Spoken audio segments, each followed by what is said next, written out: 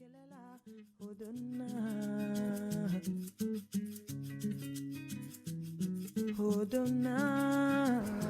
name is Ilemakin Shoyinka, and I am from Nigeria. I am Ijegba, from the western part of Nigeria. I'm a producer. I basically produce content for media across various media platforms, TV, radio, stage. My name is Funsho Shobande. I'm from Ogun State, Nigeria. My professional background is largely in banking. I have a 24-year career in banking, which culminated in a job with the Central Bank of Nigeria, which I recently completed on contract in January this year. My name is Odusanya Tete Ademedu Shoyonwo. I am Nigerian from Odo-Ogbolu, Ogun State. My mother is Ghanaian, so hence the Ghanaian name, which is Tete Ademedu. My name is Olanjide Bello, and I'm from the Middle Belt of Nigeria.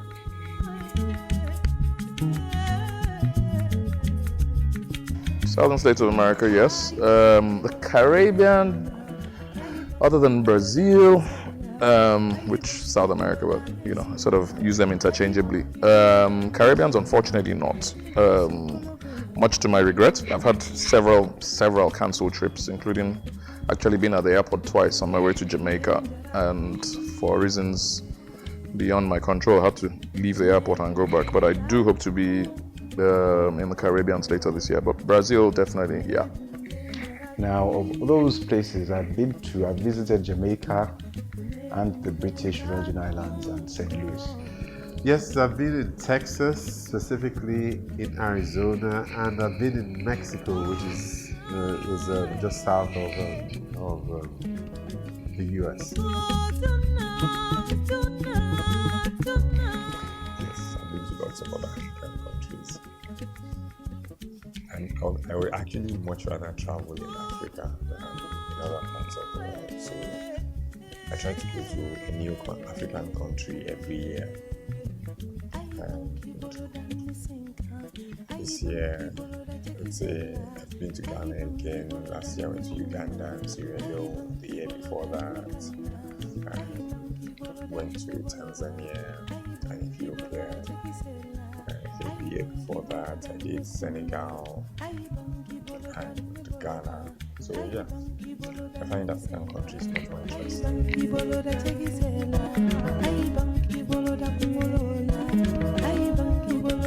Oh, my experience in Brazil was awesome. Totally by coincidence, I was also there during the carnival. I went to Bahia, then went to Rio. Of course, the Bahia parts of Brazil, the Yoruba culture is still so strong. Sao Paulo, Acarajé, which is really Akara, is still there, sold on the streets. There's a whole Yoruba section there. And you see the words and language, but the food is very much from the Yoruba culture, from the Nigerian or West African part of Africa. You see that there thoroughly. There's no mistaking it. But the experience, like I said, I also went totally coincidentally. It was a last minute thing, and I went during the carnival in Rio, so you can imagine what was.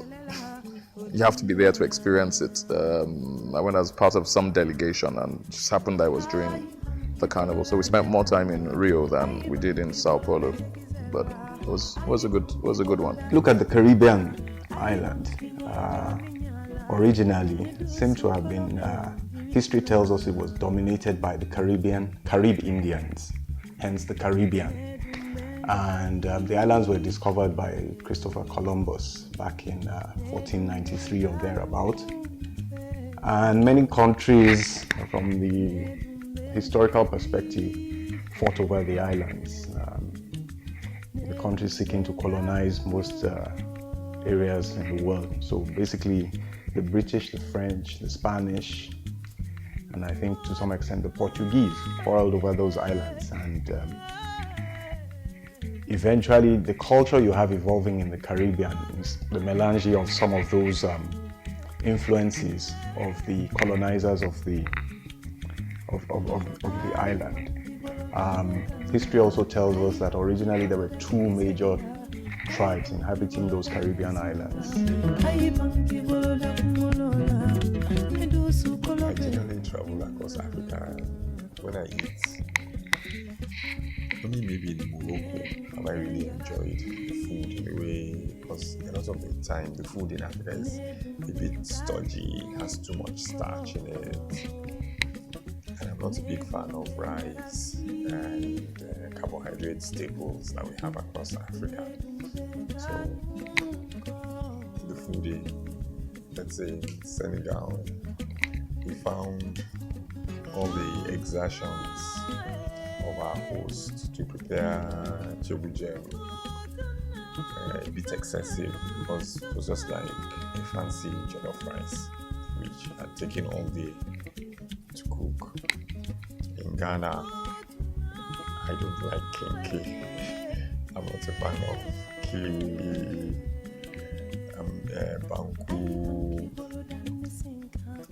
Somehow, I don't know, the foods in Africa tend to be, in my very, very humble opinion, a bit starchy. And they're not, I don't think they're cooked with enough maybe sensitivity to the material, to the ingredients sometimes. So they stew for too long, they get fried to within an inch of their life and things like that.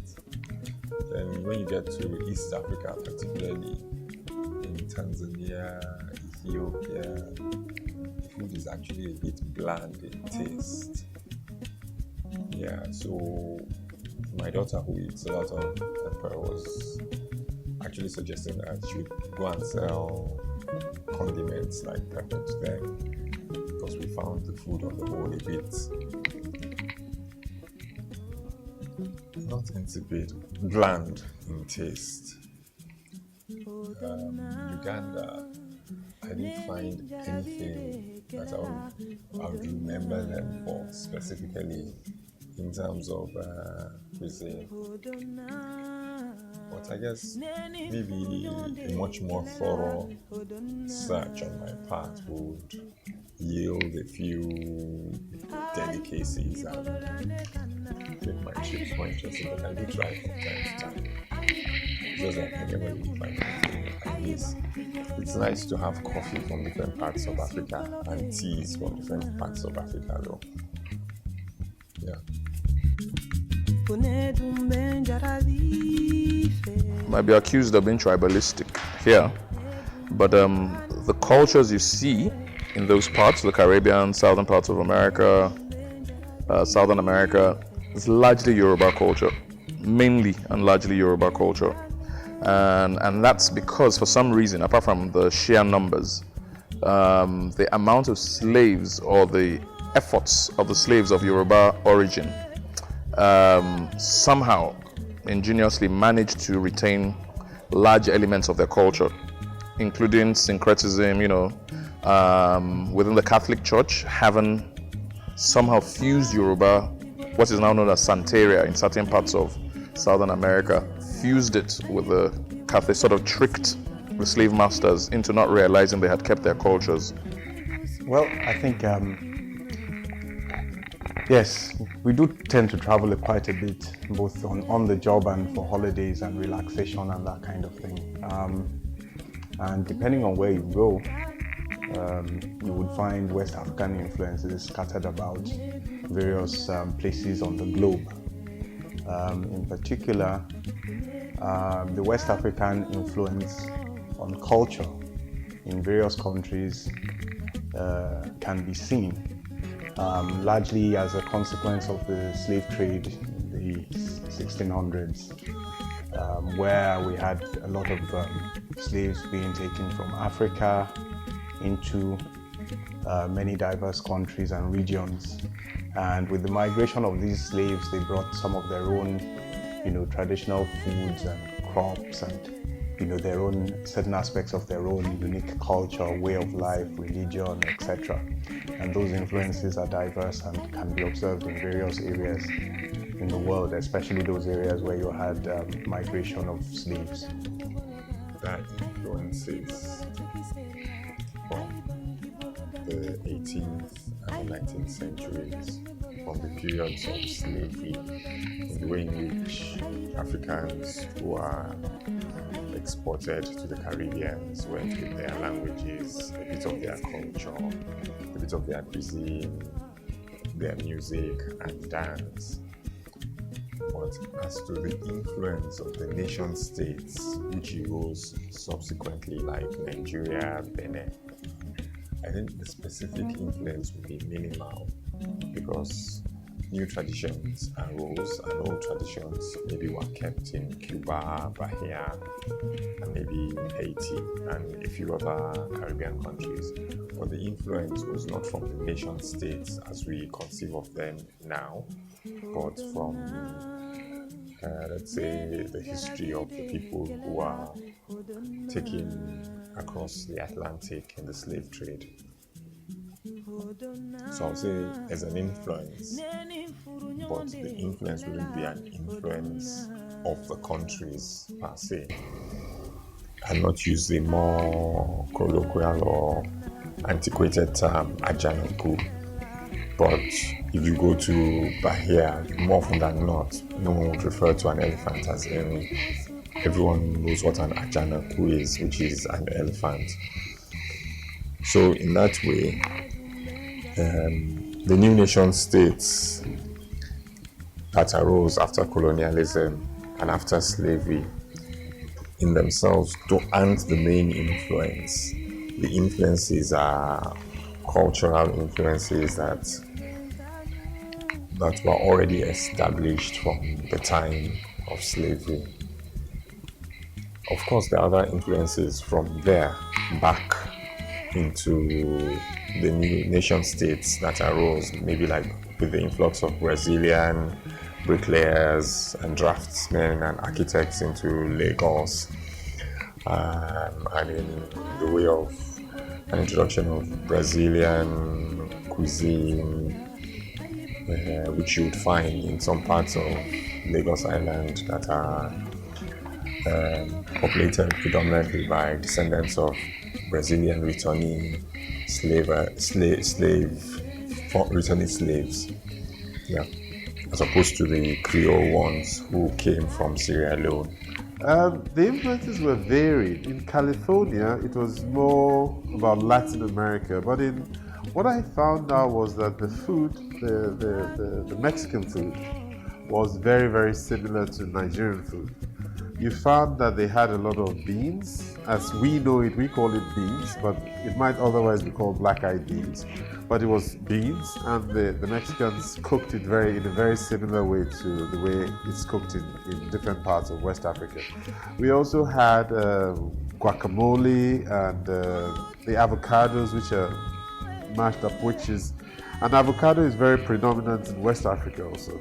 But they made it into something else that they ate. And you had the burritos where they wrapped their unleavened bread or fat bread, and they wrapped different things inside it. So I found out that they also had a lot of corn-based or maize-based food, which is very, very similar to the sort of food you have in West Africa. In Nigeria and Ghana, beans is cooked somewhat similarly. Right, avocado is eaten in all across West Africa. So that's that.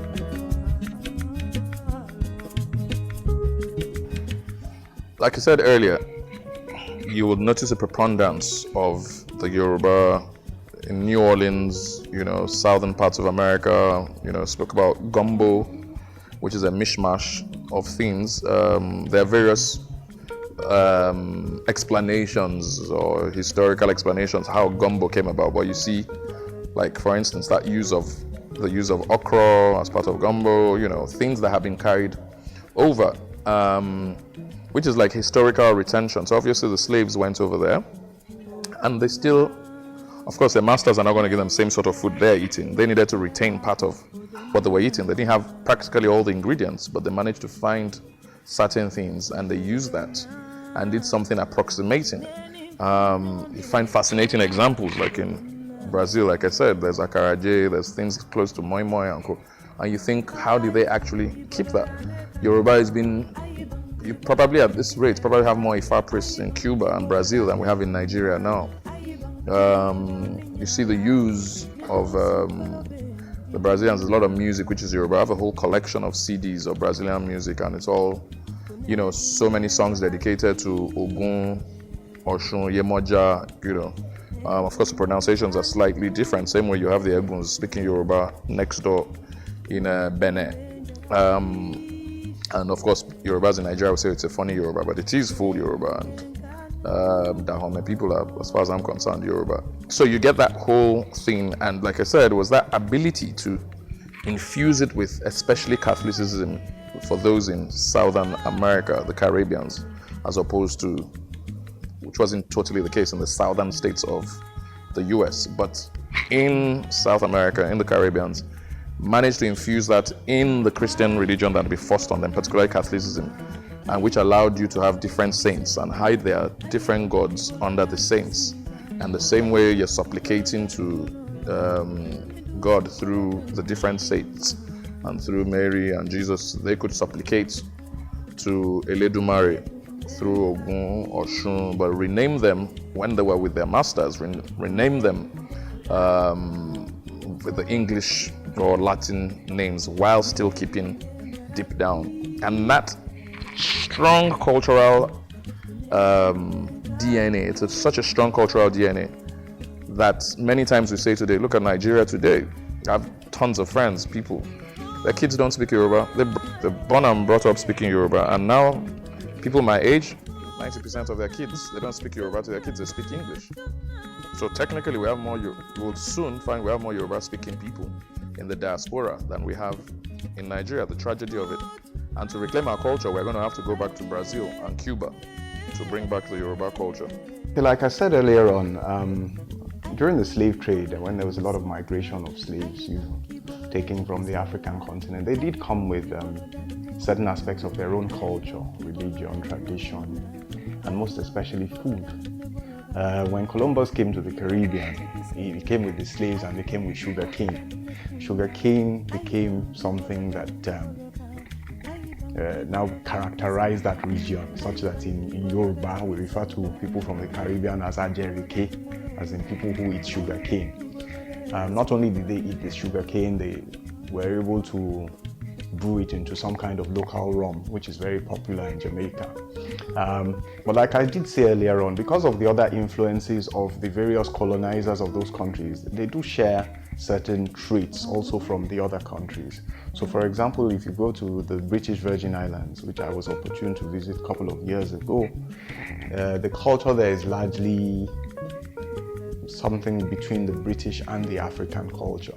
If you visit some places like Saint Martinique, it's more of a French tint on the culture. If you go to Puerto Rico or Cuba, it's more of a Spanish tint on the culture. But by and large, places like Cuba, like Jamaica, also have a very strong African content. There are places in Cuba where they even speak a dialect of Yoruba, and in terms of many things, even in terms of some of the worship, even though some aspects of that worship may, from where we stand, appear a bit perverted, but they have their origins deep down in what was exported from West Africa. On the food perspective, like I said, things like yam, plantain, okra, and co came from Africa and features prominently in the diet. We have also learned from that the whole aspect of barbecuing and spicing and eating very, very spicy food. So I must say that the influence of this migration, even though it was a forced migration occasioned by the slave trade, has tended to a large extent to influence both the culinary habits as well as the cultural traditions that we see when you visit the Caribbean. one of the other similarities I found was in the chilies or the hot spices which they put into their food, or especially the salsa. Very, very similar to the spices. We've got something in Nigeria called atarudo. It's a very small chili pepper, which is very, very spicy, very, very packed with a really, really big punch. And the Mexicans have a flavor of chili, which is very, very similar to that. And they have a salsa which they serve with all their foods. And it's very, very, very nice, it's spicy, and it's very, very enjoyable. The Ghanaians have something called shito, and shito is also spices with herbs, with crayfish, and with chilies, all mixed inside, put inside an oil base, and it's also served with food. So just as the Mexicans, several centuries later, are serving salsas, which are hot, spicy, peppery sides to their meals, Ghanaians do exactly the same thing, but with a slightly different bends to the chilies that they serve as a side to their meals, right? And the Nigerians don't even bother putting it as a side; they put it as the main when they put it there. But I had some really, really wonderful salsa in a restaurant called Rosa's Restaurant in Tucson, in Arizona. And she was so popular that people used to queue around the block, several blocks. And if you go at the wrong time, you might wait 2-3 hours just to get a seat to order food from her. I also had food in Mexico, so I decided I was going to have some authentic Mexican food. It wasn't too far different from Rosa's, but Rosa has a famous recipe which she says has been handed down from generation to generation. And we went to a town called Nogales in northern Mexico, and I went into a restaurant and had some really, really nice Mexican food. And I still have very, very fond memories. And my mouth waters every time I think about it.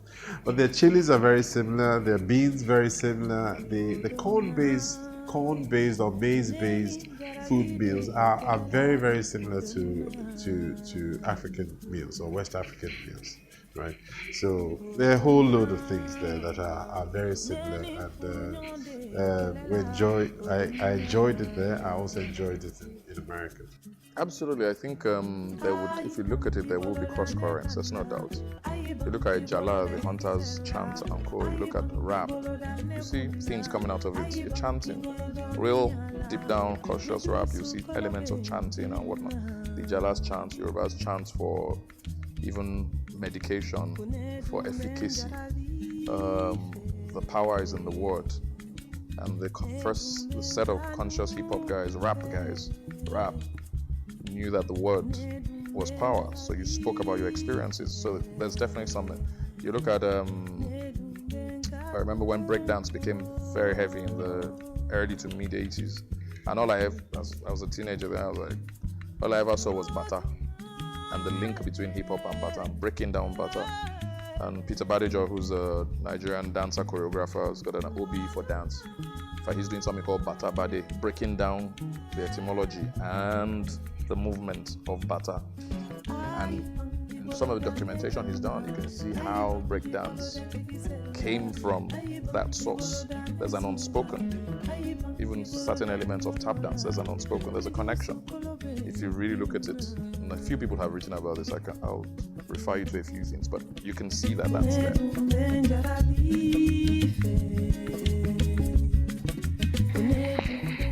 Across Africa, some things go across, let's say, the West African coast, like jollof rice, which is, strictly speaking, let's say, wolof, chebuja, and the way it's cooked in Sierra Leone is different from the way it's cooked in Ghana, and it's also quite different from the way it's cooked in Togo, Benin, and Nigeria. But you find some things travel, dodo, plantain, fried plantains travel. There are variations, and some variations get tastier than the original. Kiliwili has some spice added to it. By the time you get to Sierra Leone, they actually have plantain fritters and much fancier forms in Creole influence. And the things, with colonialism, things have spread across the continent, like chips, French fries, pommes it's a universal now, and it's also a good thing that a few of the things we eat have actually spread to other parts of the world, maybe where there are large populations of Africans or where there are large collections of people, students who maybe eat African food. So maybe things like cow leg used to be given out at the butchers or at the abattoirs is now sold or processed, and there's actually a market for it in European cities where you have Nigerians and other Africans who eat these things. Some of them become problematic. I understand that since the spread of Ebola, tasty things like bushmeat is not allowed. Bushmeat of any sort is not allowed in the EU. So I think that also across the continent, people are a bit more reticent about serving bushmeat. So it's very hard now to find bushmeat in places, in urban centers like terra culture. If you go into the rurals, much closer to the bushes, you can still get some, but it's been a while since I saw anyone selling any bushmeat in Lagos. And there are tasty alternatives to freshly shot animals. People in Benin raise the tame rat, which is a rodent, but which is quite tasty.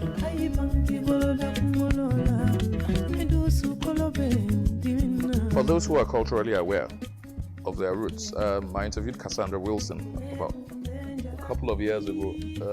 She's from the South of America, and when she did, I'll tell you the name of the album in a second, which won her the Grammys then, and she got the Time Woman of the Year 2001, 2002. I interviewed her in New York and she just done this album. We were talking about, forgive my memory, will come back to me, the name of the song in particular. And I was talking to her about that, and she says how she had to go back to Mississippi to go record. She wasn't recording in New York, she wasn't recording in LA, she lived in New York. She had to go because she was talking about this journey back home. It was a song dedicated to Miles, and it's called something about Ile Ife, coming back home. She had never been to Nigeria, but she has a strong connection to Nigeria, particularly to Ile Ife. And she's talking about this journey. But for her to record the song, she had to go to Mississippi, where she feels she gets a vibe like she's in Africa, she's in Nigeria. She's singing about the crossroads, Orita Meta. And she had to go there to get that sense. If you understand Yoruba culture, how important Orita Meta is. It's like a 3-point junction. It's very important in the sense of metaphysics and even reality of life. And she had to go back there to get that sense of it. There's a woman in America who had never been to Nigeria. We're trying to bring her here for a few years ago for the Muson Jazz Festival. And Lekon Babalola, who's been a member of her band, won a Grammy with her as well. He was here where we are now last week during the Jazz Festival. And because of that, they had this strong connection because Leko is from here. I've been trying to bring her to come to Nigeria, but the closest she could approximate was going to Mississippi. There she felt at home. A home she's physically never been to. She felt at home like she was in Ile Ife. So it's pretty deep for those who are aware.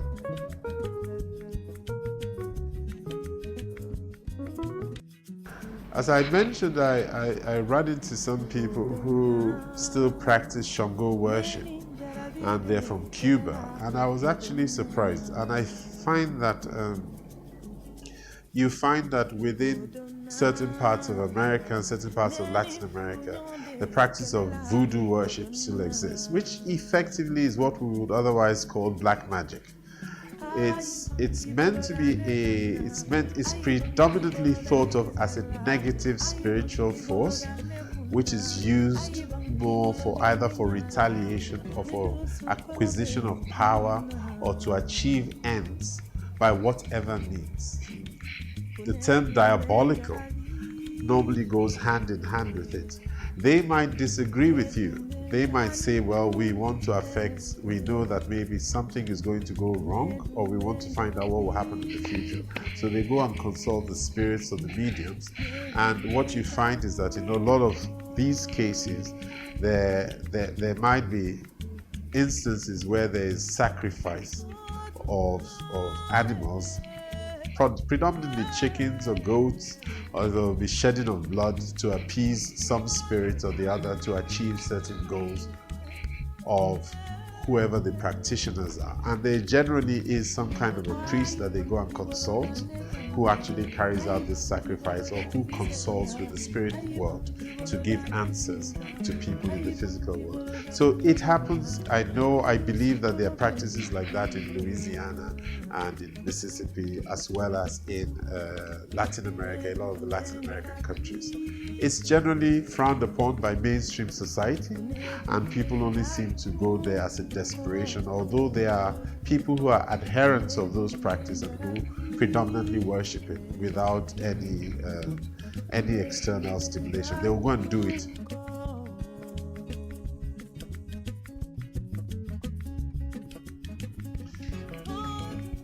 Not personally, not directly.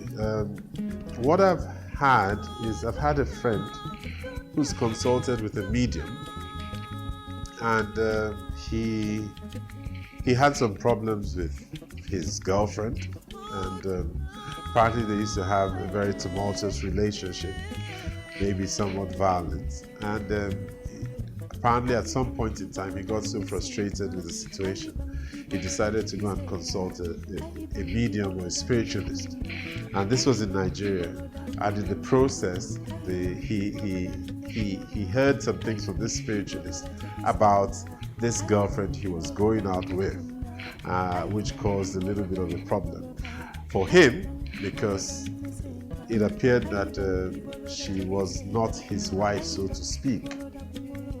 And the end result of that was that he did end up going into church. Right? He told me about it, and I think I invited him into church. And funny enough, the day he went into church, the pastor, who currently happens to be the pastor of the TPH, this present house, was preaching that specific day about Saul going to consult a medium. And the end result was that he ended up giving his life to Christ that same day, because he thought that this guy was just talking directly to him. So that is about as close as I've had. I do have, and I was involved with that because I was speaking to my friend on that occasion. I do have friends who told me, well, they've gone to a Babalawo's house, which might be a native doctor, and they've accompanied somebody else who's gone to go and inquire about certain things. And they always come back with some request to sacrifice something or to pay for something, for somebody to go on a fast, or they'll come back with instructions. On other occasions, I have heard about mediums who have brought specific word about certain things to different people. And I'm trying to remember one specific one. I know there was something where somebody said something to somebody about what was going to happen in the future if she didn't do something, or that she had to pray and fast because something and something was going to happen. So there are people, I do have friends, I know there are friends who tell me, oh, we know people who can see the road. The literal terms, they see the road, they are like seers. And they go and consult them to find out what will happen in the future. So there are a lot of people who, because of fear of what will happen in the future, go and look for mediums or people who can predict the future for them. But I personally haven't had any encounter with them.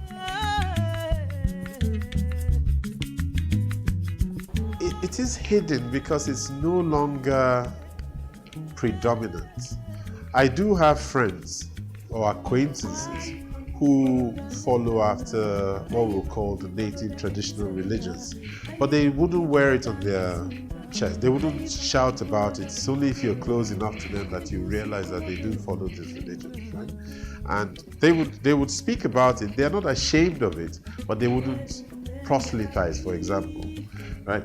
The animist religion, I personally think that a lot of Africans who say they are Christians have a variation of the animist religion which they call Christianity. So they're putting a Christian garb on their practices. Their practices have not really changed. They've only modified them. So right now, the priest or the babalawo is the pastor, right? The whole same scenario of somebody attacking them, right? And them needing somebody to protect them, and the person who can protect them is Jesus Christ, right? So, and then the blood of Jesus is some kind of ritual that you speak to, or incantation that they bring up to stop attacks from the enemy, so to speak. So, if you really look at the way Christianity is practiced amongst predominant people within West Africa, you'll find out that a lot of them have just taken the whole structure of their animist beliefs and they've substituted Christian entities inside all of that. So, yes, in a large way, the animism is still being practiced, but with a Christian garb. And then you find the animists who actually believe in whatever they believe in, Shango, Ifa, or some other god, who still practice it.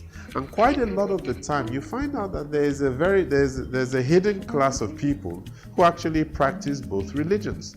They believe it's able to be Christians, but they actually practice, follow after some animist or fetish religion, religiously, and they put on the Christian garb for public show.